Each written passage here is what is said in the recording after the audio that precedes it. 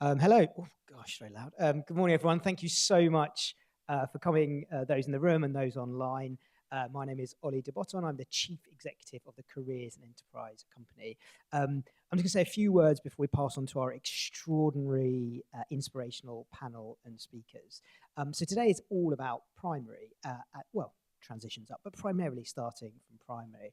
And when I was the last head teacher almost 5 years ago, I had the extraordinary privilege of running a through school, so a primary and a secondary school together.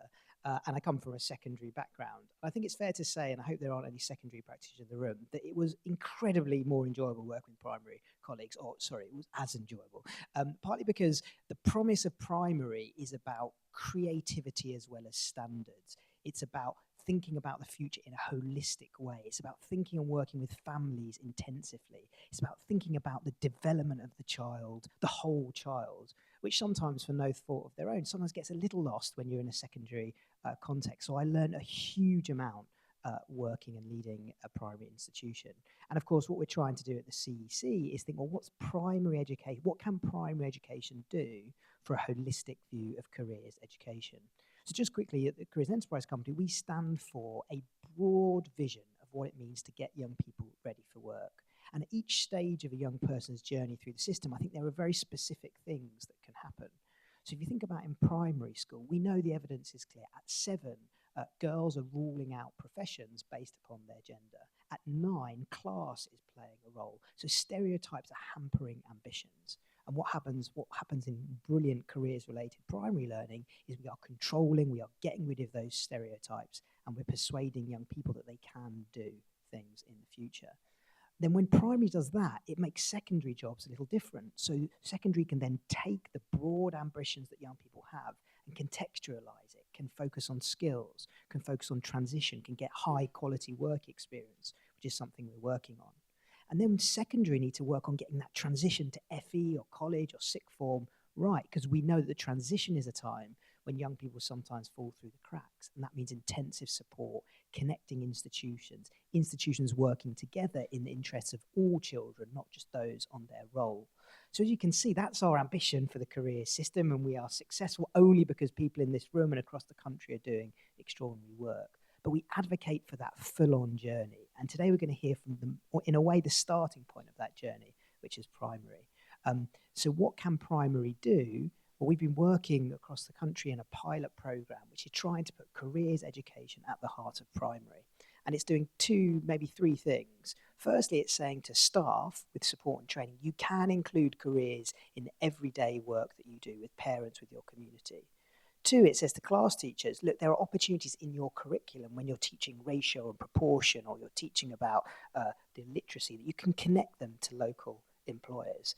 And 3rd, you can use all that work to prepare year 5s and year 6 to their transition to secondary school. What are you ambitious for? What are you excited about? So we have seen some really good evidence of those inputs having big impact on young people. And so we're desperate to spread the word of that and to inspire practice. So I'm hoping that today is part of that, hearing what is brilliant, but also hearing what the barriers are, so together we can remove them. So without further ado, I'll hand you over to our brilliant chair and panelists, and thank you so much for coming. Fantastic. Thank you so much, Ollie, and thank you all for coming, and to those of you online, thanks for joining. I'm John O'Bagley. I'm Chief Executive of the PSHE Association, the National Subject Association for Personal, Social Health and Economic Education, which is a terrible mouthful, but a wonderful thing. We've had the great privilege of working with CEC for a number of years, and I'm really delighted to have the opportunity this morning to focus on things which are really, really important to us at the PSHE Association, which is starting early, starting in primary, challenging stereotypes and supporting young people through transitions, both in terms of the formal transition moments of their lives, but also periods of transition, periods of change. And, you know, I don't know about you, but I certainly feel like we are in moments of transition almost all the time right now. So really important to support young people in that way. And the reason why careers is so important to us is because, of course, PSHE education is a subject which is about young people's lives now and in the future. It's about this. It's a subject which gives young people the knowledge and skills to manage situations now, but also to tap into their deep interests, their concerns, their values, to support them in thinking about what kind of life they want to lead and how they're going to get there, how they're going to navigate a path through that, So careers and linking careers to those interests and values is absolutely central to PSHE education. And of course, while as Ollie said, we need to make sure that we are embedding careers in all those everyday moments in schools, and we need to ensure it's in teacher CPD, and we need to maximize opportunities across all subjects to link the learning that young people are getting to potential careers in the future. PSHE plays a really unique role. According to sort of inspection, monitoring evidence, it is the most effective model for providing comprehensive careers education that sort of not only provides young people with information about the world of work and hopefully, information and learning which will raise their aspirations. We know that by year 2, young people are limiting their thinking about careers based on gender. We know by year 4, social class and socioeconomic background is coming into play. So PSHE really can play that role in opening young people's eyes to the possibilities. It has therefore always been really critical to this point about challenging stereotypes. We need to do that through careers, but we also need to do that across PSHE. This is central to PSHE, whether we're talking about bullying, relationships, health, accessing health advice, really challenging barriers to anyone getting access to the things that they should be able to access. So PSHE provides that sort of vital link between all the different aspects of a young person's life and then how that plays out in careers. If we're talking about gender equality and relationships, we can link that to thinking about your career. And this has always been important, but actually I feel that we are on a kind of burning platform now. This has never been more urgent. And part of that is because of some of the countervailing winds that we're experiencing in schools and in society, particularly around online misogyny. And I raise this because we published a paper a couple of weeks ago with the University of York where we were exploring teachers' attitudes, basically the extent to which teachers were concerned about the impact of online misogyny on behavior in schools. And worryingly, 76% of secondary teachers said they were extremely concerned. Now that's really worrying, but 60% of primary school teachers said they were really concerned. Now you might say, well, what's this got to do with careers education? Well, one of the, we had lots of, we did kind of qualitative surveys and found, people writing their experiences. And one of the things that really stood out to me was a primary school teacher said that, some boys were role-playing different careers. And one boy had a genuine belief that the girls were not allowed to play with them because they shouldn't have careers as females. Now, I don't need to underline that. These are the forces that we need to counteract with really strong PSHE education, really strong employer opportunities and engagement to show everyone that these sorts of attitudes, which should be long dead and buried, are not the way that we should be going about in the world. But of course, there is also the societal expectation and family expectations that have set these norms anyway. So really important that we challenge these stereotypes. And of course, then enable young people in those moments of transition. As I said, there's those formal moments coming into secondary school, going into new jobs, but there's also just moments of change that we will all experience throughout the life course. And how do we support young people for that? So absolutely critical, really central to our work at the association. Great to see so many of you engaged in this and thinking about it early. But of course, I think I'm probably preaching to the converted in terms of why we should be doing this. The critical question is how. And that is why I'm absolutely delighted to be joined by such a fabulous panel today. We've been having chats online and over coffee today, and I'm really excited to hear them describe the work that they're doing. And I think we're going to all get a huge amount of inspiration and kind of practical tips from them as well. So without further ado, John, can I start with you? And just ask, when we think about overall outcomes in your trust, how important is it that you challenge stereotypes that through careers education really early? And how do you do that? Yeah, thank you, Jono. Good morning, everyone. Nice to be here. I think this is a conversation we could spend a whole day, if not a week, discussing, can't we? An hour and a half is just not enough time, really. So I think it's about the so whats as well as the whys and hows, really. There's a whole depth to this. But for me, I think it's got to start. What is the purpose of what we're doing in schools? We're all educators, I imagine, involved in schools. But I'm thinking, how often do we ask our children, why are you at school? Let's step back a bit here. And it's quite interesting, isn't it, when you ask your students that, many of the younger ones, I'm representing primary as an executive head teacher, They say to learn, and you can start to unpick it from that point. So I think we've still got an issue that children probably don't necessarily see the point of coming to school, apart from the fact they're learning. It's something that we do to them, and then they sort of fall off the conveyor belt at the other end. So we've got to take a step back in this conversation and think, how do we engage our children in this conversation? Because once children see relevance to why they're learning, and by this I mean through the opportunities they have in the future, then outcomes improve because they can see relevance to what they're doing and why they're doing it. Attendance improves because children clearly then know why they're coming to school and want to come to school. And from my experience, as children then go into secondary, they've got an appetite and a desire to learn because they can see that what they're doing at primary is actually relevant to their futures. So I know there's a whole conversation to be had around that. That's why we're here. But what I'm saying is we need to step back a little bit and see the sort of the big picture, look above the trees a little bit with this conversation. And I think from that point in, and from my experience, when our children in my Academy Trust go to secondary schools, they've actually got an understanding that actually, do you know what? I've learned a little bit in my school about being this, that, or the other, so I'm interested in music or science. And so when they go to secondary school, and let's be honest, when children are 13 or 14 and got to choose options, that's not their sort of, well, let's be honest, that's not a time in their lives when they're probably most adept at making choices. I think we need to step right back so that when they arrive in secondary school, they're thinking and have had experiences of careers, jobs, interests that spark their imagination, so that when they arrive in secondary, they are ready to learn. So that's from my experience.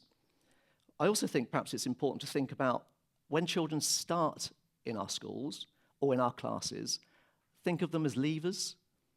Now, I know this is a step back from probably the conversation around breaking down stereotypes, but I think it's really important.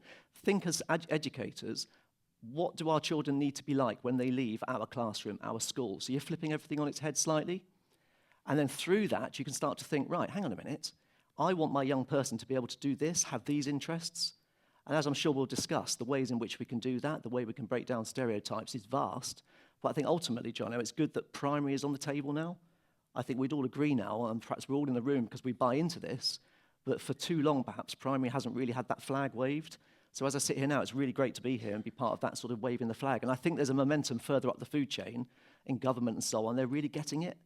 The value starting at early years, nursery, dare I say it, is really important to breaking down these stereotypes. So I suppose in answer to your question about how important is it to outcomes, yes, because children are relevant when they go to secondary school. They can see purpose to their learning better than perhaps before. Attendance issues, it can improve on that. But I think we'll unpick it a bit more as we go, but that's a general, yeah. Yeah, I mean, I think this point about purpose, we don't often think in terms of primary about giving young people a sense of purpose and meaning in life. But we know from research that, children as young as 9 can have a real sense of purpose and meaning. And these are the big questions of human life anyway, and we know it has a knock-on on mental health as well. So actually, when we're talking about careers education, we're talking about something far broader than that as well. Phoebe, working for Tilbury Douglas, construction firm, and doing lots of work linking up with primary schools. How important is it for employers like Tilbury Douglas, operating in traditionally male-dominated sectors like construction, to work with primary schools and to sort of start to embed that really early? Yeah. Good morning, everybody. My name is Phoebe Gale, and I'm the social value manager across the south for Tilbury Douglas. And as Jono said, we're a construction engineering company. And my role in social value is essentially ensuring that alongside our big projects, we have positive impact. And that, of course, includes careers education across the whole age range. But we've been involved with the primary careers pilot, the Start Small, Dream Big. And it's become a really vital part of addressing what I kind of call the perception problem in construction, which kind of addresses who has the roles in construction, who's able to join the industry, and what roles are actually available for those people when they do join. To give you a bit of context, from the latest CITB report, only 14% of the workforce in construction were women, and when we look at on the tools trades, that's only 3%. And then to think more broadly than just gender, only 11 to 12% of people in construction are from ethnic minority backgrounds. So we can see that there's a gap there in the industry in terms of representation. And there's been a lot of work to address this and make sure that when those people do join the industry, they are represented in senior leadership and managerial roles as well. So alongside kind of EDI engagement, later stage careers engagement, and our own learning and development team. Why is primary so important? Well, I think it's exactly what's kind of been mentioned. You have to start early to be able to address those stereotypes that are formed at that age, as early as 7, I think was mentioned, and even earlier. It's a massive part. It breaks down those barriers earlier on and prevents those stereotypical beliefs kind of taking hold in those formative years, and make sure that their aspirations, as John has kind of mentioned, aren't dependent on what they see in their own lives, maybe if they haven't got opportunity to kind of see what else is available.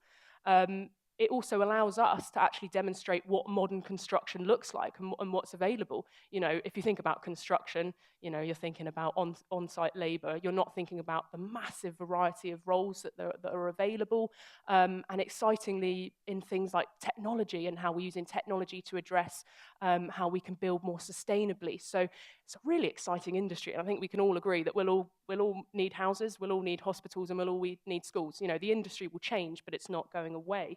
And I think thirdly, it's really important for us to start early to inspire the young people when they come to later stages, inform them on what roles are available and how they achieve those. And when they leave education and transition into employment, we invite them into the industry through proper opportunities. So it's about linking up each of those stages and allowing us to grow our future pipeline and our future sector leaders. We really need to look at that now. And for Tilbury Douglas, the engagement so far has kind of been a varied role, kind of amount of activities. We've looked at workshops and assemblies in schools. We've held site visits. We've had teacher encounters, so inviting primary school teachers onto site and say, do you want to just come and visit a site and look what it looks like and look what roles are there, so they can share that knowledge with the young people. And also actually developing in-house resources like our virtual world of work, so that these opportunities are quality and they're also accessible to everybody. So it's not just people that can make it to site, it's about going out to them. So yeah, it's been vital, for us. I can imagine it was really exciting for primary school children to see how building. Big machines. Not to make that sound small, but actually primary is a point where you are excited about the world and you haven't put these kind of blinkers on about possibilities. So I think absolutely fantastic. Erica, so working across ARC schools, how do you use your role, so overseeing careers provision at primary, to really prepare children for transition into secondary? Thanks, Jono. Hi, everybody. Good morning. My name is Erica Nabashima. I'm the Primary Personal Development and CEIAG lead, bit of a mouthful. So I work for ARC schools. For those of you who don't know, I'm going to give a bit of context, because I think that the context of ARC schools kind of gives that background and that importance to the work that we're doing on primary careers. So we have 39 schools in total. We're across the country, 23 of which are primary. We're in London, Birmingham, Hastings, and Portsmouth. And our mission is really to ensure that every child that we serve has access to a really high quality education and real choices in their life when they leave us. And we basically exist to address that fundamental societal challenge that whilst talent is everywhere, unfortunately opportunity is not. And for our students, that is particularly pertinent because they are twice as likely to be free school meals compared to students nationally, and 90% of our schools are in areas of high deprivation. So this work is more important than ever, not just for our young people, but for all young people. Social mobility is at its lowest in the last 50 years, if you can believe it. Terrible stat. So we really need to shift this conversation from secondary to primary, because we know the research shows that that is what has impact. So thinking about my role and how that prepares our children at ARC schools for transition. So my role is very much about embedding early careers awareness for our youngest pupils in early years up to when they leave us in year 6. We have something called the ARC Primary Careers Framework, and this supports our leads in schools with implementing a strategic careers program in their setting. This aims to give our children engaging, meaningful experiences of the world of work and to help them to make those connections, like John was saying, between what they're learning in the classroom today and how they're going to apply that to their future.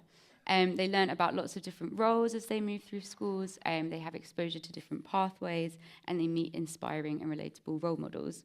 So at its core, we really want our primary provision to be showing our children and opening their eyes to a future that they may never have actually imagined possible for themselves, and to show them that they can be what they want to be. And this means that they're entering secondary. they're better informed, they're able to make better choices about their future, and ultimately can transition better through stages of education and into the world of work.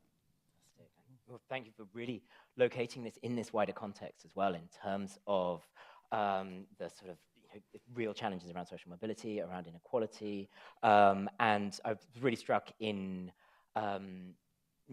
preparing for this, reading some of the CEC insights reports into the impact on the sort of negative effect of being on free school meals on careers aspirations, and actually those being reversed, and actually kind of children being able to really improve their careers aspirations, so against more difficult backgrounds. So it's such important work.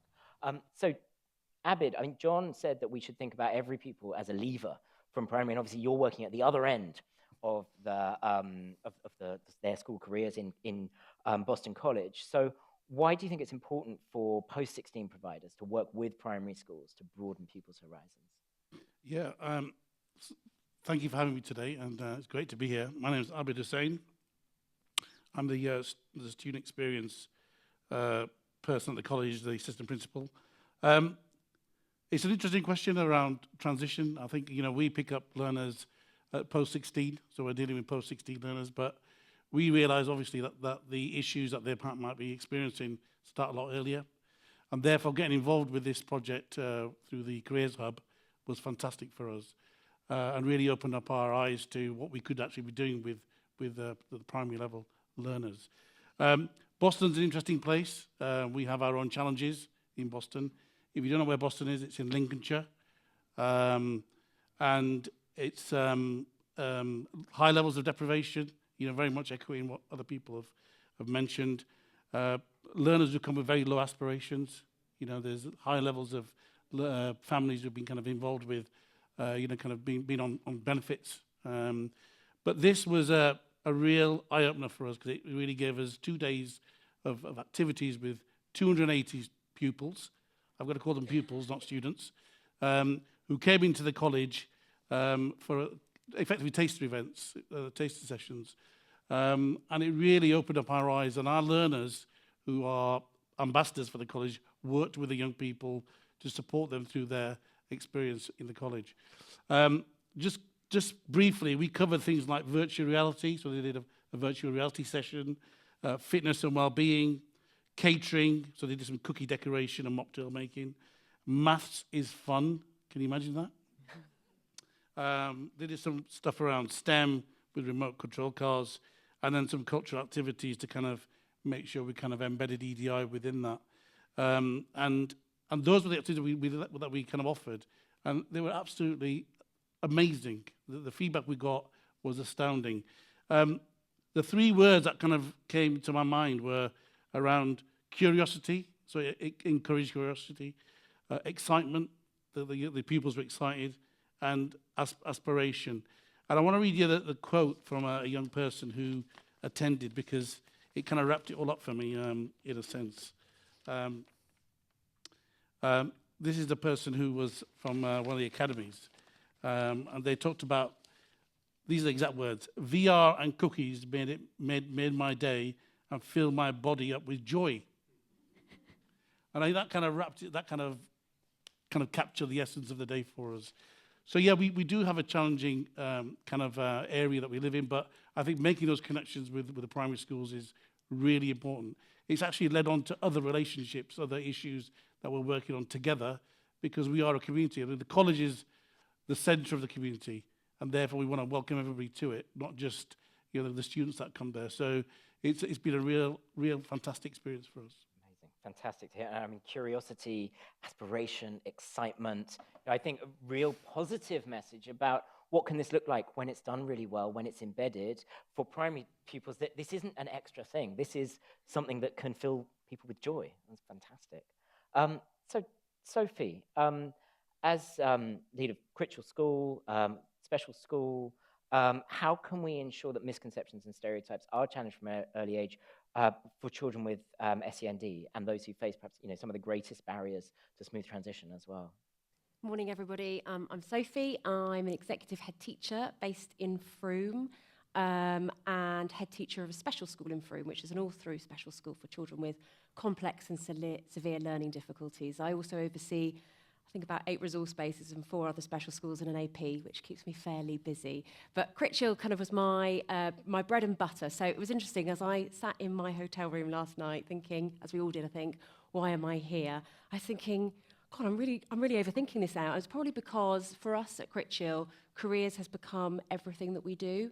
It really leads our curriculum in every way. And it begins right at the start. So when I do a tour for a reception family, they tend to think I'm slightly bonkers because I'm talking about aspiration and career choices and employability. And that isn't something you tend to think of when your child is 4. But actually, it's so crucial that we begin those conversations at the earliest opportunity, because it is, as my fellow panelists have said, about raising aspiration and providing our young people with the opportunity to really intrinsically build ambition. And for young people with SEND, it's really important that we get all of the stakeholders, particularly their families, on board as well. We know that children form opinions from a very young age, so we plan for opportunities for them to really address those stereotypes and those preconceived ideas. So when they are in EYFS and they're thinking about people that might help them as part of their early years framework, we get in doctors and surgeons and nurses that come from a really broad range of backgrounds, that are of different genders. So we're providing them with those first real-hand experiences to kind of challenge those stereotypes. We also provide our Key Stage 1 students with the opportunity to follow their older peers out on learning opportunities and workplace learning environments, again, to kind of bust myths, because a lot of our young people have very preconceived ideas about what a job might be like. And until they can actually feel it and sample it, they can't necessarily make those informed decisions. So that's something that resonates throughout our whole curriculum. And then the other really powerful thing for us is to get our kids back in. So we're really proud that our young people have left Critchill. They either move on to supported internships or apprenticeships or employment. And some of them are employed at really prestigious local organisations, and they're doing really remarkably well. And we get those young people back in to talk about their experiences, to talk about the barriers that they might have come up against. And also we get their families back in to talk to other families. And it's just becomes something that is your kind of daily bread and butter. It's also something that for us, in terms of challenging stereotypes, we include those career conversations, as I said, in tours around school, in annual reviews, in all of those parent meetings, because at the heart of what we do in specialist education is preparing young people to be successful. And one young person's successful life is not necessarily somebody else's. So it has to be intrinsically embedded into everything. I just love this framing of what you're trying to do with, when reception parents are coming in, saying, starting to talk about careers, then starting to talk about aspirations, because you're setting out your stall and you're saying that, we are here to prepare our children for life. Of course, there's lots we're doing right now, but, it's just sort of, shooting further than if it's, you're just kind of showing them, a bit of the grounds and, here's some classrooms. So, fantastic. So fantastic to hear about just the breadth of work going on. Let's dig into a bit more into practice. And John, let's talk a bit more about how you're challenging stereotypes and what the link is to that, to supporting transition for your young people. I think we talk a lot about aspirations, don't we? And I think we sometimes do children a disservice, because children do have high aspirations. It's about, we know, and we're all in the same room together here, we know that it's about widening those aspirations. So when we're sort of coming at this sort of from an angle, we need to be aware that children do have high aspirations. And we need to be mindful of that when we're sort of entering into these conversations. But from my experience, actually, it's, as we've already said on the panel, it's about those experiences, isn't it? It's those real-life experiences. So in my school and similar schools in our Academy Trust, it's about getting volunteers in. It's getting people into the schools to meet the students from a very young age. In fact, we had a careers day yesterday where we had a whole host of visitors coming in. And that's just one way through, getting people in. We had someone who did circus skills for a career. I mean, who would have thought it? Amazing. All these different people coming in. But I suppose what I'm saying is, as educators, engaging in the sort of resources that are out there, from the CEC to the CDI to Primary Futures, all these opportunities to get people in. Now, I suppose the reason I'm really mentioning that is because then, as children are growing older, they're very clearly then getting those experiences and thinking, hang on, I might want to do that in my life. How might I want to do that? And then in turn, when you're doing your curriculum, I think someone mentioned it here, when you're doing your curriculum learning, you've actually got an opportunity every day to be saying to the students, okay, I think Ollie mentioned it, you're doing some work in maths, so actually, guys, who might do a job in this? What I'm saying is actually it's not as difficult or as big a theme as it needs to be. It can be done day to day, drip by drip. But in terms of breaking down stereotypes, perhaps a good example, if I could share this actually, is we had a girl come to my school probably 4 years ago now, Slovakian, didn't speak a lot of English, essentially sort of managed school well, she sort of came to school, attendance was good, and kind of existed, I suppose. Didn't speak a lot of English either. And then we had a volunteer day. We went on to Primary Futures and grabbed lots of volunteers to coming in and seeing our students. And she was so inspired by someone who came to talk about STEM subjects that she then went home and spoke to her family, who then bought her a model pneumatic robotic arm, which unbeknownst to me, she then filmed, and then sort of a stop-go animation of her building it, then brought it into the school, and then was showing us in an assembly and presenting it to the rest of the school, how she did it, and what it was about. Now, at that moment, that was a real one of those light bulb moments for me as a leader, because there was this girl who potentially could have just gone through school, existing, but we could see the actual impact of having, for someone particularly with EAL, a girl as well, who was interested in the STEM side of things, presenting to a whole school. And then I followed up with her now, and the wonderful thing is she's taken that interest of STEM into the secondary sector. So she knows now, and she went into the secondary, as I mentioned earlier, with a desire to actually want to do science, technology, engineering, and maths. So that small little nugget gave me that real, noticeable, sort of tangible evidence that children, whoever they are, we know they can't be what they can't see, but that was an example of a child who then could have probably just coasted through school, existed. So that, to me, was a really powerful example. Other examples, perhaps, I think, maybe just quickly to say, around engaging in opportunities to use online materials as well. So you might not necessarily be able to go and visit local establishments, local factories, but try and find ways to do that within the schools. And we similarly have done that. So again, through the resources that are out there, enabling opportunities to do live links to companies and organizations. In the West Country, where our schools are based, it's very much ex-mining community. So there's kind of a fixed mindset. Many families don't even go out of the sort of areas geographically that they're in. So we need to bring that to the school. And when we sometimes say hard to reach families, I think we need to flip that over. It's hard to reach schools. So we need to think about how our families and how our community can engage in that.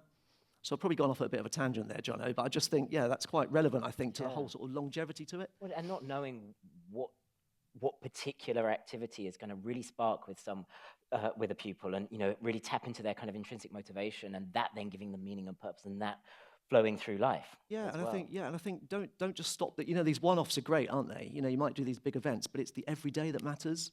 And, it's about the fact that within everyday learning, you can just be using this, talking this, and that in itself is so powerful. So, yeah. Yeah, I mean, I'm thinking about you, Phoebe, and sort of the experiences that, a young person like that coming through really intrinsically motivated around this particular area of careers. Do you see that, the difference that work that's been done in primary, either both positively or negatively when it hasn't been done, in terms of people coming into your business?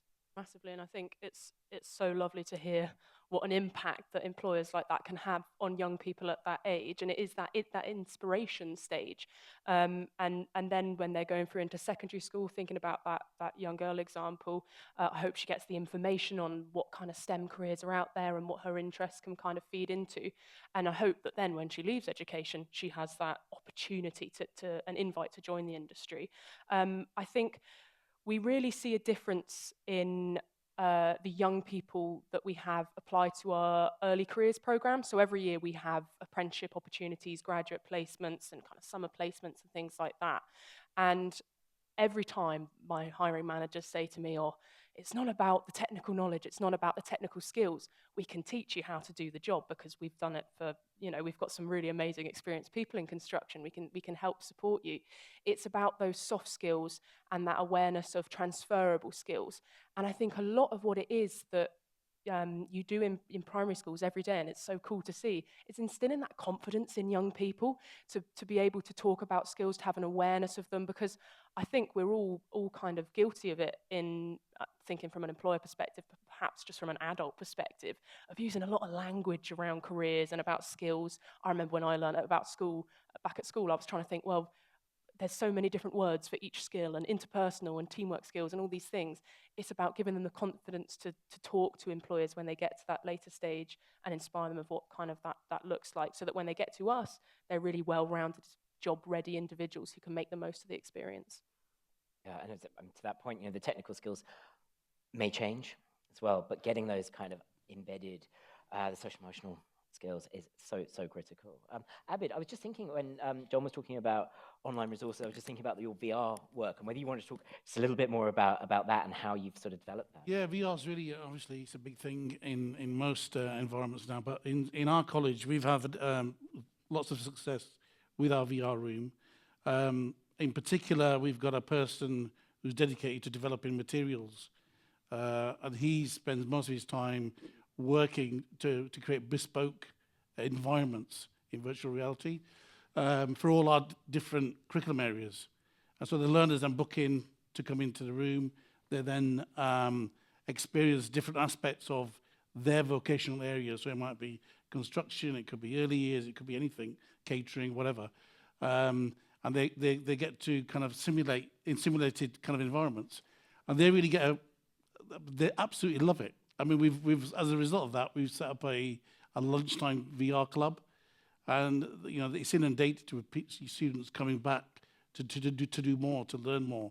As part of that, we've kind of also included things like health and safety, EDI, and most recently around Prevent, because Prevent's a significant issue within the college, so we're kind of trying to promote learning through VR for Prevent. So Erica, I think talking a bit about the kind of multifaceted approach you're taking. We know this is so important, ensuring careers in the curriculum, CPD for teachers, employer encounters. What have you learned about embedding career-related learning at primary? And I know you've been involved in the CEC's Start Small, Dream Big pilot, and how has that sort of helped the development of it? Yes, so we were very, very lucky to have 6 schools in our network taking part in the Start Small, Dream Big pilot. So just a bit of background on that. It's basically a career-related training program for primaries, and our schools that took part really saw accelerated progress in this area. So it was great for us to then zero in on those schools and find out what had gone really well there, and so that we can kind of spread that best practice across the network. So we really took kind of 3 core things from that learning. And the first thing was the importance of getting that buy-in at every level. So we know that this is something that's non-statutory, which means that we really need people to believe in this at network level so that they can really drive those changes from top down. So this meant involving our regional directors, our principals in the conversation, showing them the value of this work and really making it clear the rationale that was behind it. Sharing that key research about stereotypes and the impacts of them on aspirations to really get that buy-in there. And then secondly, the importance of training in this area. The training was really, really vital. We need to have skilled leaders in every single one of our schools who can drive this work on the ground, because they are the ones who are designing their careers programs. They are the ones who need that understanding of how to challenge and address those misconceptions. And also for then that to filter through to our classroom teachers. They're the ones having these conversations on a day-to-day basis. They need to know how their language that they use impacts or could have the impact on a child's or understanding of what would be suitable for them in the future. And then, I mean, just to reiterate John's point, really, that this really needs to be drip-fed. A careers day is fantastic. We know that it really raises the profile of the careers work in the school, which definitely has its value. But the messaging needs to be consistent and it needs to be constant. It needs to be drip-fed through your trips, your visits. Everywhere is a workplace after all. It needs to be through your assemblies, kind of your National Day celebrations. And it's only with that really consistent messaging and that high quality training that we can start to kind of change pupils' ideas about their futures. Amazing. And I suppose just pulling up your point again, John, like we're getting real consistency over drip feeding this, putting it across everything. But of course, that can sound like a mountain to climb, whereas actually what you're saying is that kind of makes it easier. Mm. Yeah, I think in schools, particularly primary, values are what is the bedrock of everything we do. And there's no doubt that primary practitioners and leaders choose those values for a reason. And yet those reasons are very much about the future, building children, maybe not the right way of talking about it, but getting children to develop into really good citizens who have a love of life and learning ahead of them. So actually we're starting in primary schools from a very good level anyway. I mean, our strapline is building foundations in the heart of our community, and even that itself is the mission statement that sets its stall out.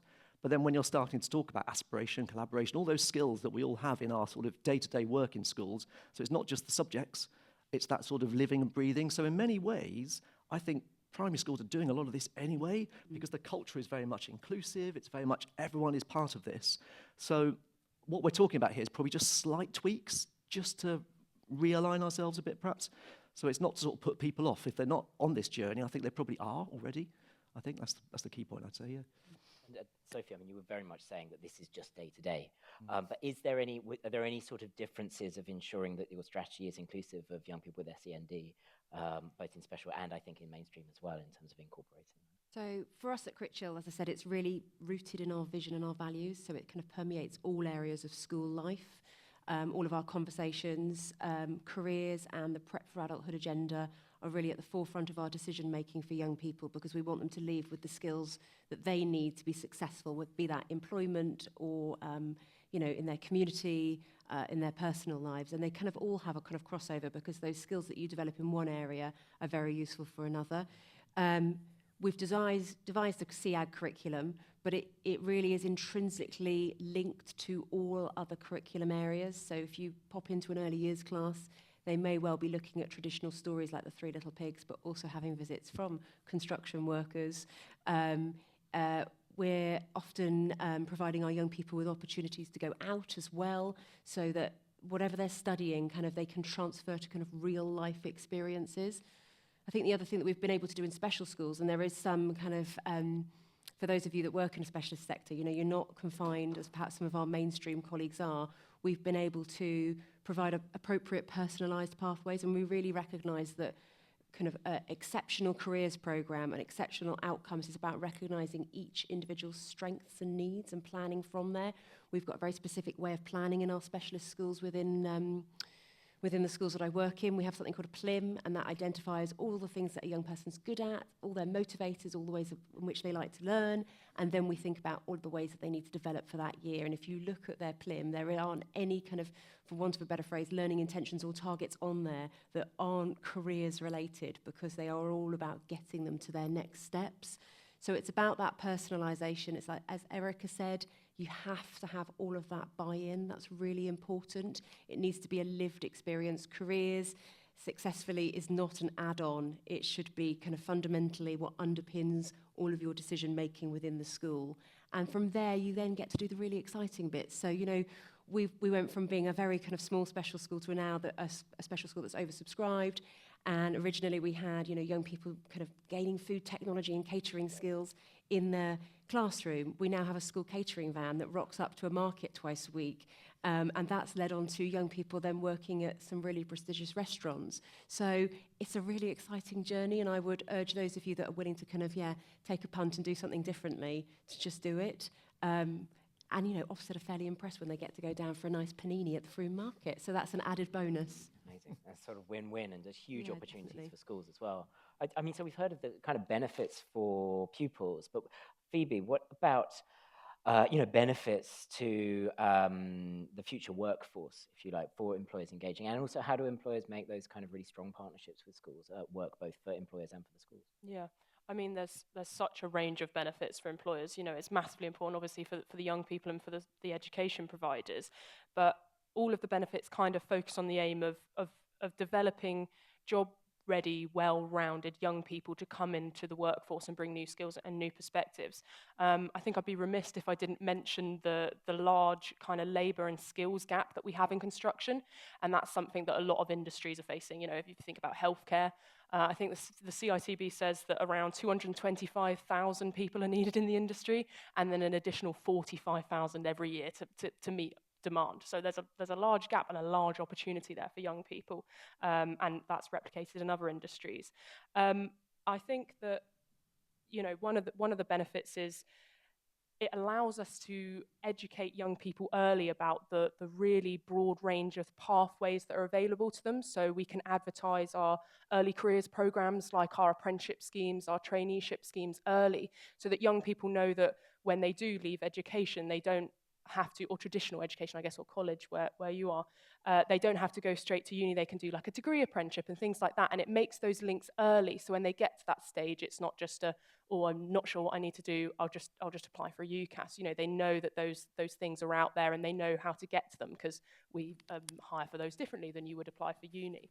Again, helping us boost our future workforce and our future leaders. I think it really eases that transition into employment, and it allows them to really make the most of their experience and also come in ready for professional development. So we know that when we leave education, learning doesn't stop, and professional development is a large part of our industry. We've got quite set pathways on how, you become a construction manager, project director. There's continuous learning and development and training needed. So they're set up in that mindset of, I know what this pathway looks like, and I know where I want to go, and I have those aspirations, and really sets them in good stead for that continuous development.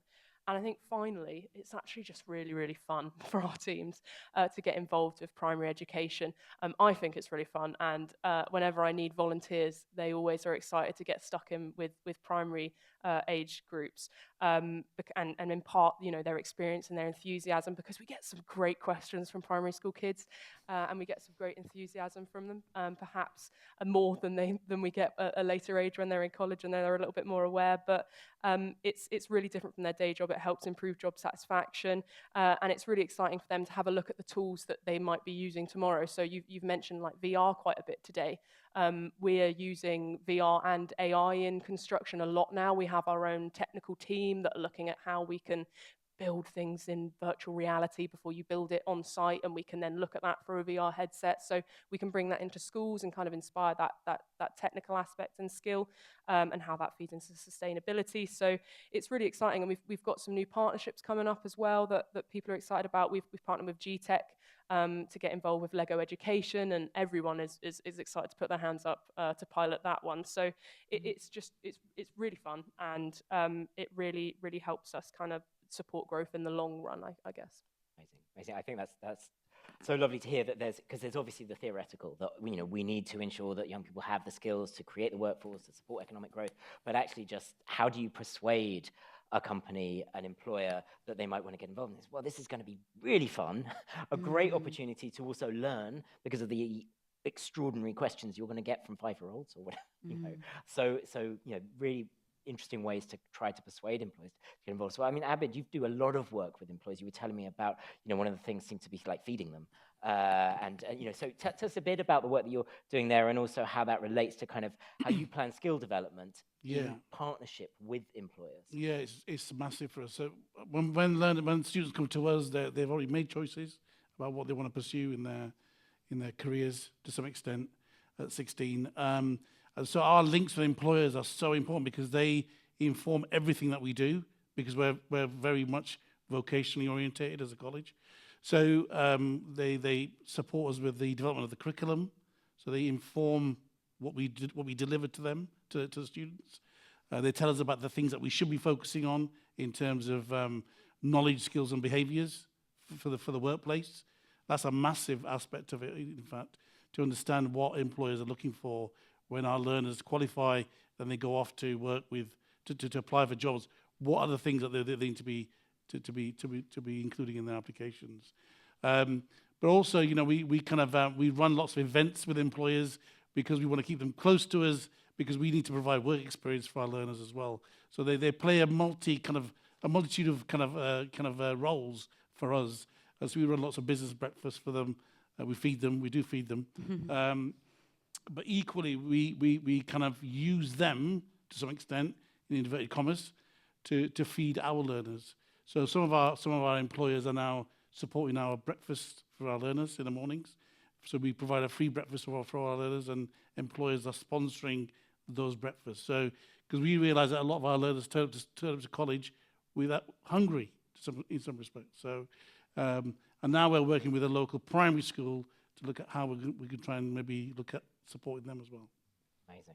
Amazing. I mean, and on that, just and for all of you, but perhaps starting with you, because you've just referenced this a bit, how can we ensure that sort of teachers, actors in the system, the whole, all of the employers that you're working with can best sort of support the most vulnerable young people? You talked about actually getting employers to sponsor breakfasts in school, but what are the other ways to ensure that you're really taking advantage of these relationships for the most vulnerable? I mean, any kind of partnership, with an employer has to be two-way. So they've got to see the benefit of working with the college, and the college needs to then find opportunities to engage with them in the best way possible.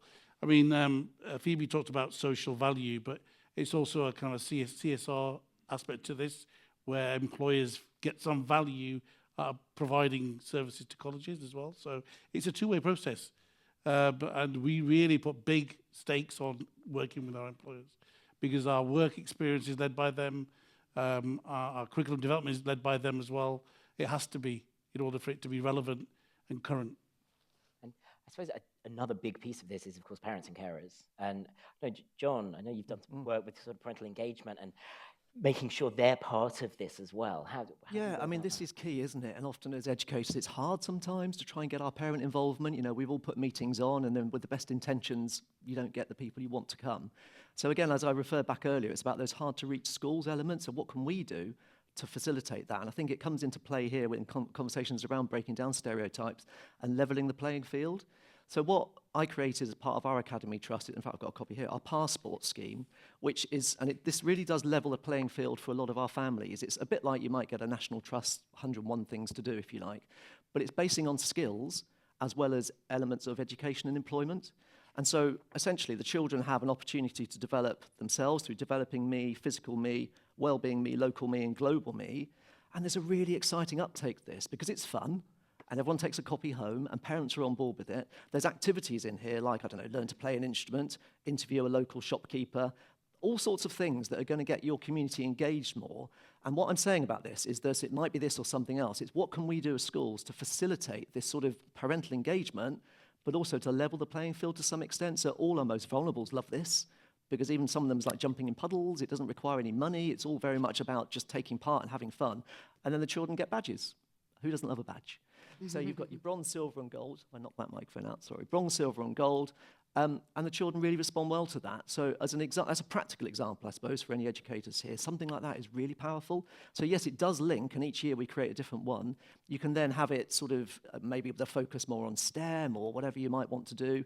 There's more sort of careers this year in here, which is nice, more local employment opportunities, interview a sports person from the local rugby club or whatever. Just getting that engagement more. So it's not just school, and then that's where it stops. So that's perhaps a good example, yeah.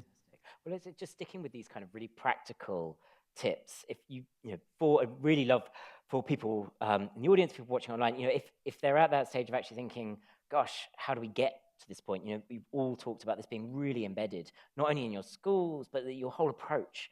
But perhaps, Sophie, you talked about this is just day-to-day business, but how did you get there? And I think on the really practical points, Abid talks about feeding employers. You've talked about having a passport. What are some of those kind of just little tips that people could use to get some of the way? Well, I'd love to say there are perfect quick wins. I don't think there are. It's taken us a while at Critchell.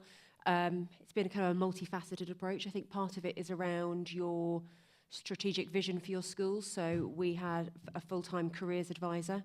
So that's quite a luxurious role to have in what is a small special school, but that probably emphasises and evidences how important careers is. Lots of special schools, lots of my colleagues will have somebody that's a class teacher and they're also a careers advisor. We decided actually, this has really got to lead our curriculum, so we're going to invest in that. I think some of it is about making sure that your students are learning in the community. That's been a real asset for us. So the catering van was something I gave you an example of. We did a little bit of PR with the BBC, and that led on to a large-scale hotel, which I could never afford to stay at, contacting us and saying, actually, we might have some work experience for your young people. And so that was a really lovely door in. I have spent other half terms finding people that work at large kind of hotels stroke activity centres. If you're in the Southwest, you'll know who I'm talking about, looking for anybody that might be able to say yes to a careers opportunity. So I think you know, and it wasn't successful at that time. It was a slightly strange holiday, but I think there's got to be something about staff in your school, and I say this because you need to be constantly thinking about those opportunities and looking for those opportunities. And actually, within schools, we've got a really good sector of staff, so you can pull in those people that you already have. And I think once you can get parents engaged, and particularly for those families that I work with about raising aspirations and actually, you know, whether it's visiting the catering van or going to see their child who's completing, you know, bike mechanics in our workshop at school, that raises aspiration, and then in turn that can encourage families to help you with making those links with employers. So then you've got that kind of really kind of joined up thinking. Amazing. I mean, I'm left with this sense of actually just sort of real excitement and joy and possibility. It makes me want to go and do careers here. I want to go back to primary school, actually. So thank you so much. We're going to hear now from two members of staff from Co-op Academies. So Julia Hackett and Caris McRae. We're going to come up and give us over a bit quick spotlight on their experience of embedding career-related learning in their schools. Hi everybody, I'm Julia Haggett. I'm head of school at Co-op Academy Woodsley.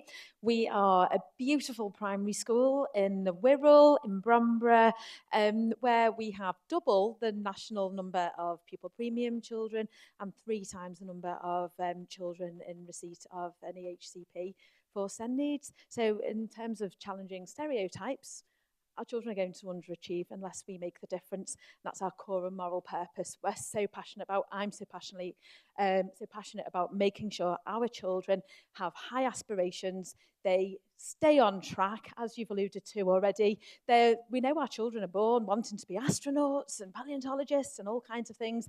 And then reality kicks in, they realise, oh, life's dealing them a tough blow. Maybe they can shrug their shoulders, keep their heads down, and just see what's on the doorstep in terms of the career.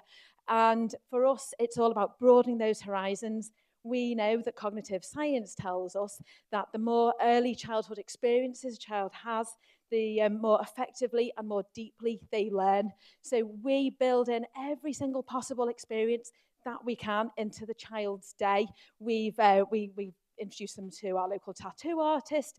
We managed to persuade an RAF pilot to come and bring his helicopter to our school field. People actually run the other way if they see me coming because they know I'm going to be dragging them in and saying, come and tell our children about your job. What is it that you do? You are inspirational. We know that the careers that the children want to go into, that's going to be their life. They need to be in charge of that. Their career is their career. They need to choose it, not the other way around. Stereotypically, again, our children, they'll be thrown into something because it's in their family business or they don't know what else to do, so they're just going to go and do that. We can't settle for that. We teach the children through our career-related learning that we have created bespoke for our children, that they can do what they want. They are in charge of it. Their career is their career. They own it. It belongs to them. We teach them about T-levels, about pathways into things, about not just a university education, although that's one pathway as well. Our bespoke curriculum is 4 pillars. We are called the 4 Cs. We're so proud of our 4 Cs curriculum of curiosity, creativity, connectivity, and care. We know that the career that they might go into hasn't been created yet. My daughter, when she was in year 6, we knew that she didn't know that the job that she does now, it hadn't been created. She works for the cloud, and she was in year 6. The clouds, they were just up there. They were white fluffy things. So we know, again, as you've alluded to, it's not just the actual skills and the maths and the English that they need to know. They need to know that they have to have these transferable skills as well. So none of this would be possible without our huge support from our trust. So this is Caris, our careers director, our curriculum director. Thanks, Caris. Thank you, Julia. I just want to start by saying how incredible it is to hear about all the colleagues across other trusts and schools that are doing so much work on careers at that primary level as well, because at Co-op, it's something that we're really passionate about, and we go kind of beyond the statutory careers framework and make sure that all of our primary academies start at their careers journey in nursery, and our phenomenal CEAG director, Jo Sykes, is pivotal in making sure that she drives that from a central team with our careers-related learning leads, making sure that we've got ongoing CPD, quality assurance support, and trust-wide events that we run with external stakeholders as well. But one thing we're really conscious of, that there's not a one-size-fits-all approach to this, which has been alluded to by colleagues as well, and we try to make sure that our careers offer is really bespoke. And we were in a really privileged position last year with Woodsley to say, well, we're going to rebuild your foundation curriculum, what do you want? And I was just met with shouts from SLT of careers, we need careers everywhere, and I'm like, okay, we'll get careers in there somewhere. And so we put that at the heart of every single curriculum topic in their foundation curriculum, and there's a really structured approach towards doing that. So in terms of developing that, we had sort of a graduated approach where myself and SLT spent a term creating the blueprints and the framework for what we want that to look like, but we were really passionate about making sure that subject leads and middle leads were driving it, because they're the most important people. They know their families, they know their children, we know what's going to really hook them in, so we made sure that they had the autonomy over that as well. So subject leaders work with me to link their curriculum topics to their subjects, but also to their local area, because we wanted to make sure that we celebrated the local area as well as opening their horizons to the world around them as well. When we were doing this, we were also very conscious of sustainability. Primary schools are incredibly busy with so many conflicting priorities, and we needed a model that was going to be manageable so it was implemented well. So we made sure that we had a uniform approach from years 1 to 6, making sure that we have career starters at the start of every foundation lesson, and it's done in a really systematic way that addresses pathways, it looks at different careers, and it also looks at diverse voices. And this has just really helped to ensure that all staff are confident, it's been rolled out really effectively, it's inclusive, and it's also been able for us to monitor and see how things are going as well. And the pupil voice has been really positive, and we'd love to speak to any colleagues who'd like to chat to us later after this if you want any more details. So thank you very much for the opportunity. Thank you. Fantastic. Well, gracious, we have heard some extraordinary examples of practice here, and now we have an opportunity to get some questions from you here in the room. We're going to take some questions from those of you in the room, and then we're going to go to our audience online. So from what you've heard, any questions for any of the panel? Yes. Oh, sorry, just before you start, can we get the mic so they can hear online? Sorry, and do introduce yourself. Catherine Carruthers, Australia Academy Trust. It's been really interesting listening this morning to what you've been saying. Just want to allude and question around the framework. I know, Eric, you said you had an art primary framework, and other people have kind of alluded to various frameworks. Currently, we work with the CDI framework and look quite closely at the primary school handbook for that. Is that something that you guys have looked at and worked towards? Yes, thank you, Catherine. Yes, so we used the CDI framework in the creation of that. We were aware that a lot of the CDI framework was being covered by our schools already through their PSHE, their personal development curriculum. So we've really tried to just pull out the career-related parts of that. And we've also added to that a little bit to look at how it flows from our primaries up to our secondaries, because we do have quite a few all through schools. So we really want to have that kind of continuous journey going from year 6 into year 7. Yeah, that's a really good point, actually, because there's some really good resources there on the CDI. So what we've done, and it's on the website at our schools as well, is sort of really look at what those skills look like for early years, Key Stage 1, Key Stage 2, feeding into secondary. And actually, when you're then sort of sharing that with the teachers and the staff in primary, they get it, because it's all the stuff you're kind of doing, but it's just giving it that progression's king, isn't it, in schools? So that's kind of for where we've come from. It's a really good resource. So I think, yeah, having it under those umbrella terms of exploring possibilities and work-life balance and all those has been really exciting, because it's just, we've probably got a bit more work to do with it, I would say, but we've now got that progression, and it then links into the language that's happening in secondary schools. So I think that's really exciting. But yeah, that's on the website, yeah. And we've also developed some lessons for primary for the CEC, which again are mapped against obviously our own program of study, but also the CDI framework as well. So do take a look at that. Any other questions? Okay, I think gentleman at the back got his hand up just in time. Hi there. Yeah, it's really inspiring to hear all the stories. My name's Sam Clark. I work at Stafford Junior School. and I'm Director of Opening Young Minds. I suppose the big question I have is, it's clear that this is making a huge impact, but yet we're kind of fighting the fact it's still non-statutory in primary schools. So when I've spoken to head teachers about a program we've created, which is a careers curriculum, there is reticence because of the fact they're concerned about coverage of everything else. So with all of the research that's going on to say that this is tackling all these problems we've got in society at the moment, when are we going to get to a point where it becomes statutory?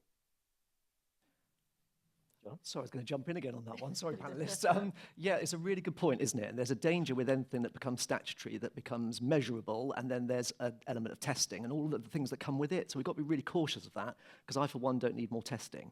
However, I think if you were to then step back as a school and look at, for example, the World Economic Forum's 5 things that children need to be as they're growing older, real rooted evidence, creativity, global citizenship, start with that as an umbrella, and then there will be buy-in from colleagues, but to address the point about too much already to do, that comes back to that sort of drip approach, because just having a chance to sort of use that language in day-to-day lessons is going to be an enormous difference, but it doesn't require a lot of extra work.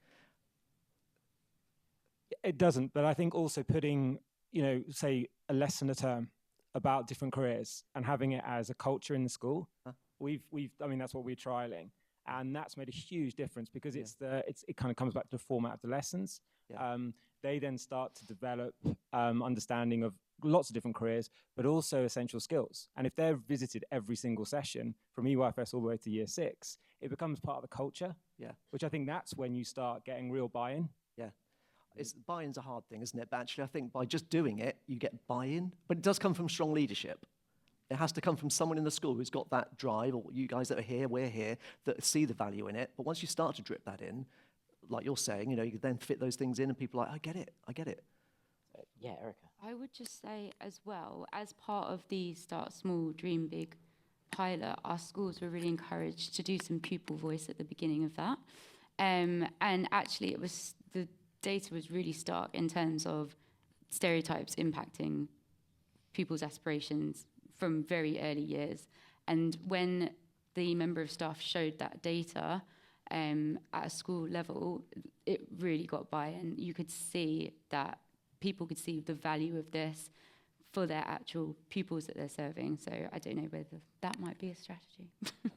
You've all successfully done this and are doing this. To what extent, I suppose, perhaps earlier in your journey, do you think statutory requirement would have made a difference, perhaps, to getting buy-in in the first place, and sort of how did you overcome that? Do you feel it's necessary, or could it be a distraction? Anyway.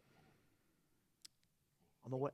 I was going to say, from a specialist sector, I think it would be a distraction. I think it's as John said, it needs to be rooted in your values and your visions for your young people. I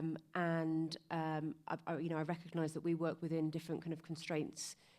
When you have a special school, I think for us what we've done over the years is make sure that when we're talking to whether it's Ofsted or quality assurance partners or critical friends, when you're talking about careers, actually really you're talking about PSHE, aren't you? You're talking about PD, you're talking about literacy, you're talking about numeracy. So once you have got to the point, and I'm not saying it's an easy win, because trust me, it's been a journey, and you have to take staff with you and all stakeholders with you, but once you get to that point where they are so intrinsically entwined, and you can get there, that really it's hard to pull them apart, then there's no need for statutory, because they're all lived, if that makes sense. But it's not a quick win, but it doesn't mean you shouldn't do it. I think obviously there's an organisation that spent many, many years campaigning for statutory PSHE and got sort of what we would see as 80% with the relationship, sex and health education requirements. The missing piece is what we consider as kind of living in the wider world, which is financial education and careers. And whilst I think there are, and I've been through these, it's quite, in terms of a packed curriculum, or, you're going to, we don't need statutory changes because you can do it. And we can see right here, it can be done. But we have seen, a real impact of the relationship, sex and health education requirements. So there was a Higher Education Policy Institute report a couple of weeks ago, which found that young people entering university, in 2021, 27% of them said they had been given the teaching that made them feel prepared for sex and relationships in higher education. In 2024, it was 47%. So this stuff does make societal difference. And it's getting that balance. It's how do we do it in a way that works for schools and works for young people, because it does mean you do end up with this kind of leveling of the playing field, but we've got to be realistic in terms of the rest of the curriculum and everything else going on as well. So I'm going to take it online now. Sophie from CEC, do you have any questions from the online audience? Yes, I do. Thank you. We've got actually two on quite different topics. One is around meaningful and sustainable employer engagement. So we've had a lot of mentions from the panel and the speakers about engaging with individuals, and they may have been ad hoc opportunities, but how can sustainable relationships be built? And in particular, some people in the chat were interested in working with SMEs and making it achievable for small businesses to also get involved rather than providing bigger commitments necessarily. So something around meaningful, sustainable employer engagement and how that plays out for the schools in this panel and also from an employer perspective.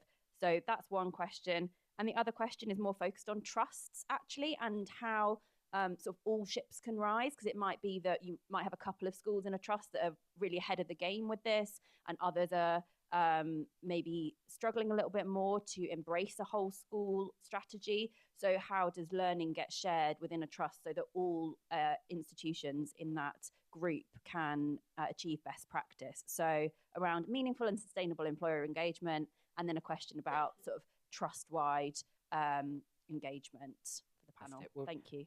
First of all, meaningful and sustainable engagement. Perhaps we start with you, Abid, and then yeah, I mean, I can try. That's not an easy question to answer, really. But I mean, I can give you my own experience.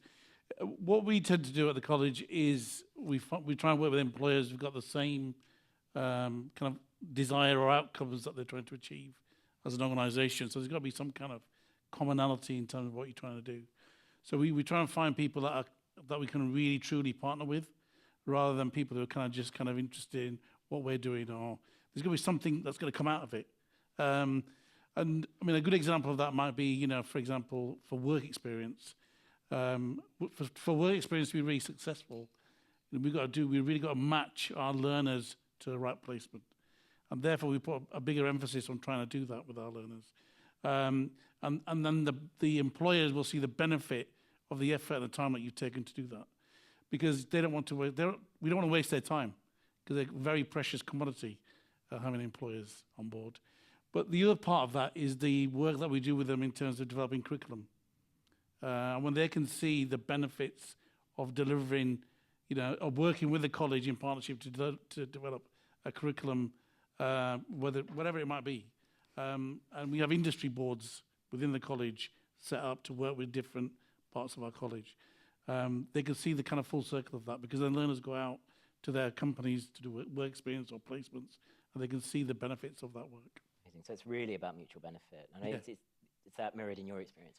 Massively, yeah. I mean, feeding us does help, you mentioned, but it is about those longer term partnerships where we can both kind of play to each other's strengths, I guess, because from our perspective, what we want to know is what's best going to help set up your young people for their future and for their future employment, and what's going to be the most impactful in that. We have ideas of what that might look like and what skills and what kind of resources we can bring to the table, but your pupils, and we can get to know the students and get to know the young people to best tailor that to them.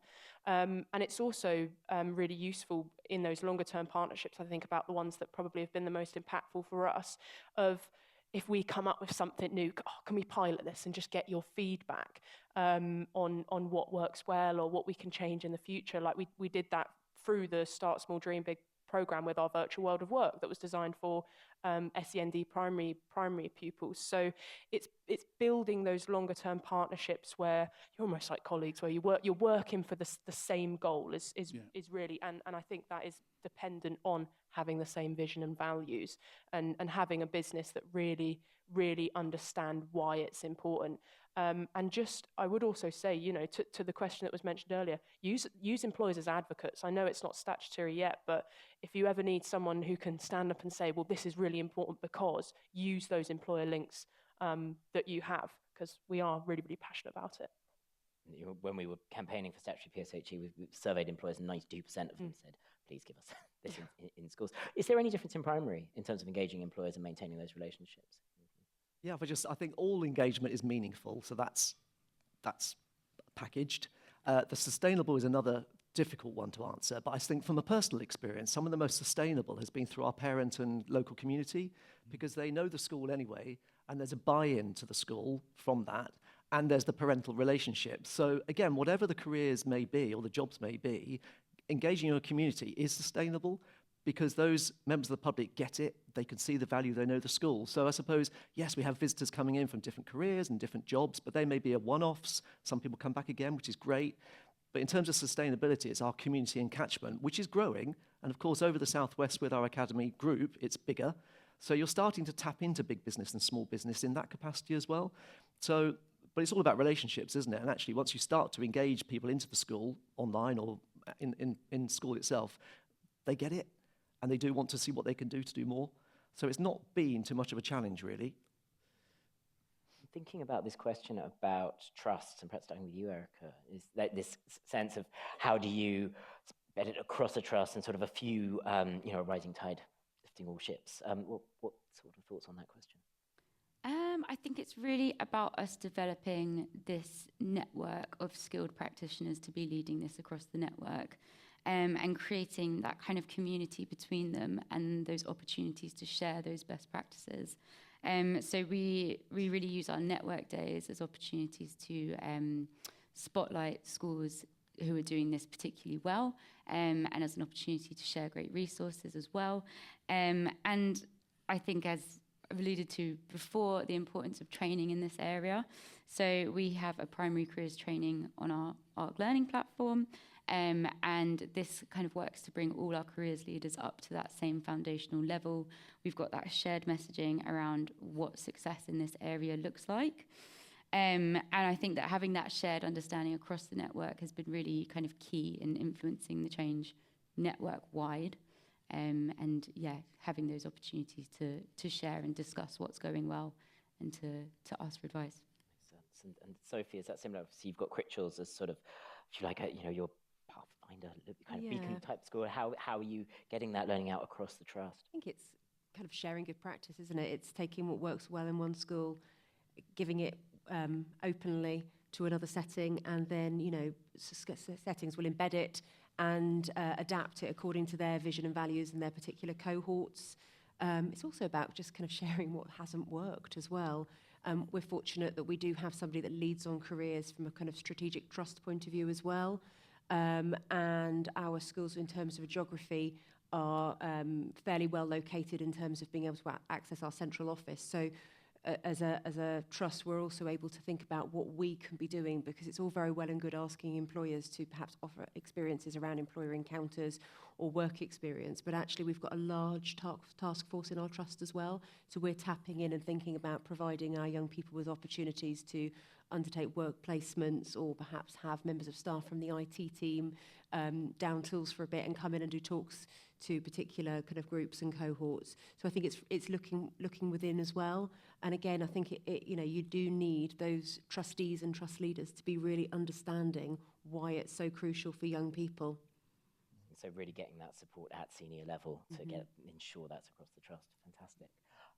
Do we have time for one more question? Yeah, one more question. I think, did you sit? Yep.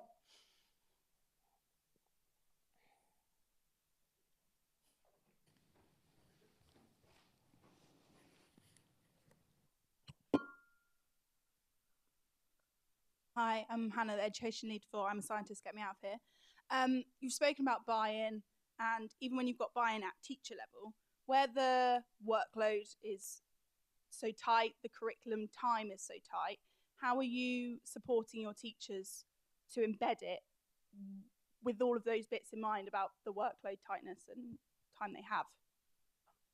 So how do we deal with the question of time and overload? Yeah. Good question.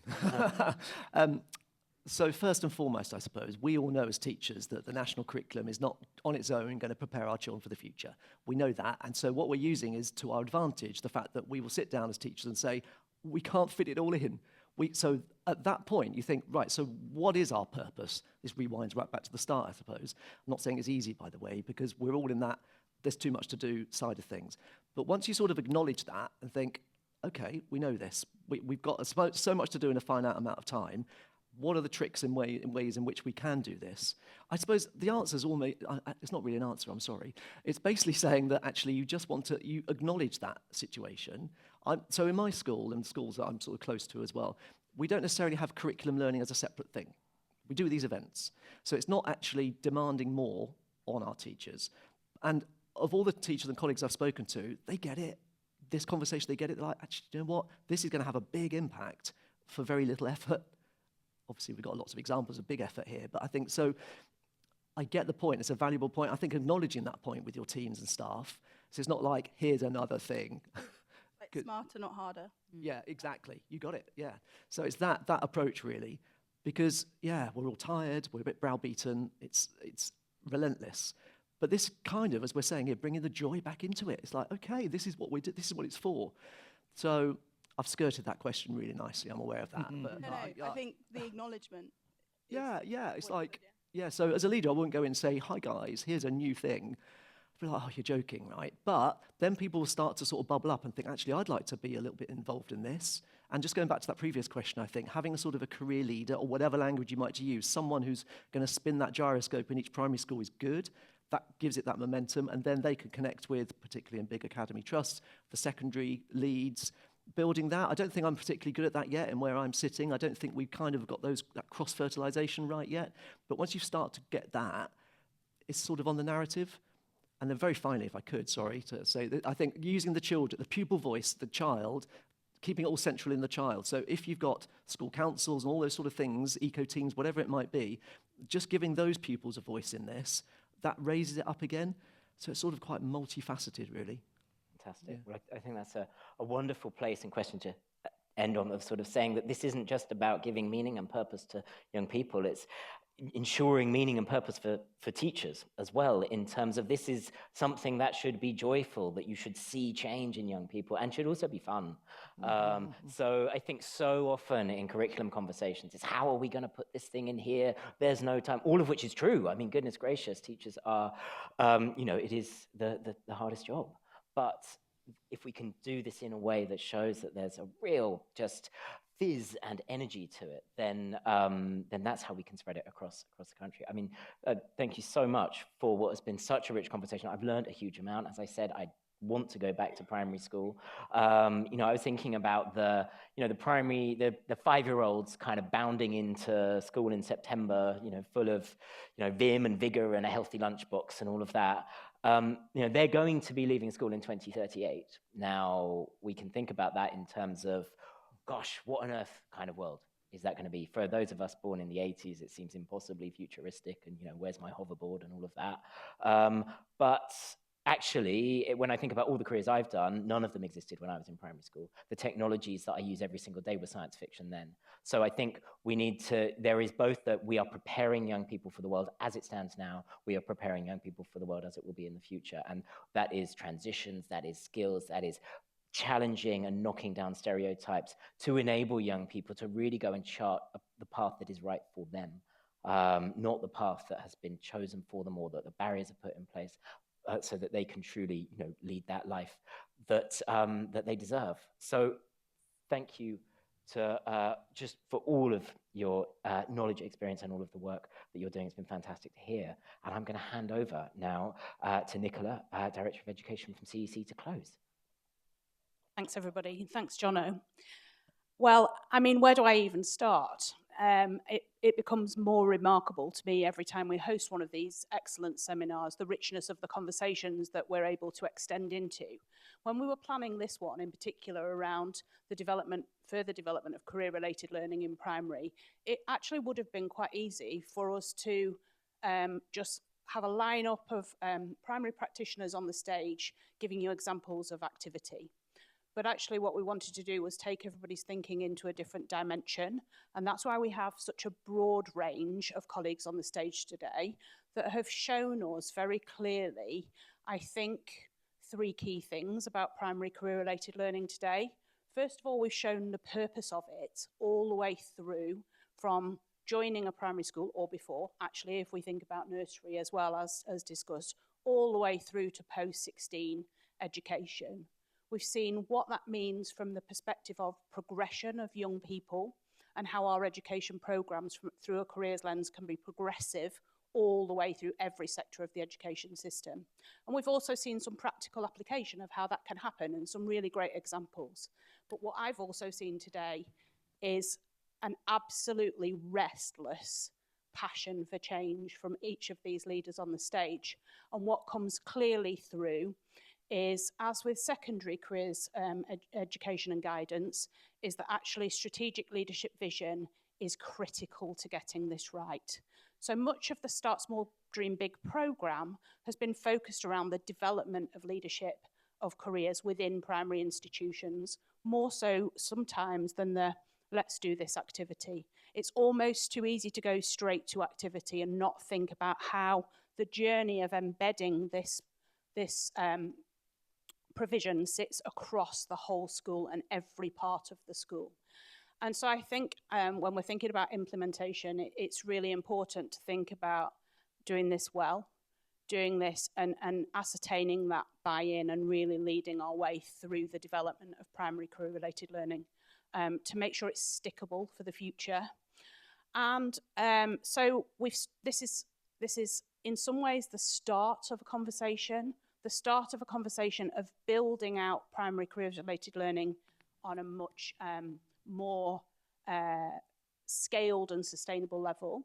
But actually, it's not the start of the conversation, because Careers and Enterprise Company have been working on primary careers-related learning for around about 6 years now.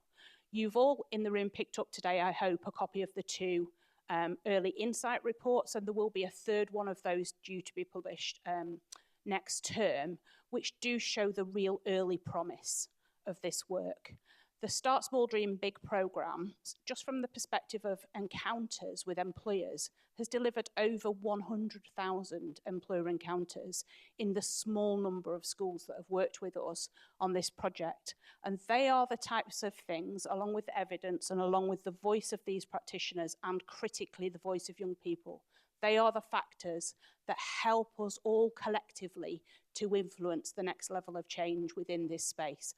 And I can promise you, there is a lot more to come in this space. We are absolutely committed at the Careers and Enterprise Company, working with our careers hubs around the country to make sure that journey continues and continues with absolute pace. So I have some thank yous really today. Thank you to everybody who's been involved in the pilot, particularly the careers hubs across the country, who've played a really important convening role in helping to develop some of those sustainable relationships with employers, but helping also to support education leaders to understand and plan for their futures. But I also want to thank our employer partners and many of the stakeholder partners that have taken place, including a huge number of providers who work across this sector and support schools with the delivery of activity. Some of them are in the room today. Certainly PSHE Association have worked very closely with us on this, National Literacy Trust, and other providers such as Primary Futures that were mentioned earlier today as well. So it's really important to understand that there is a whole plethora of activity out there that can really support this development and journey going forwards. So it's time now for me to say thank you to everybody who has joined us on the online forum. Please do take a moment to complete the evaluation form. That's really, really important for us also as an influencing tool moving forwards. And enjoy the rest of your day and your weeks. Thank you very much.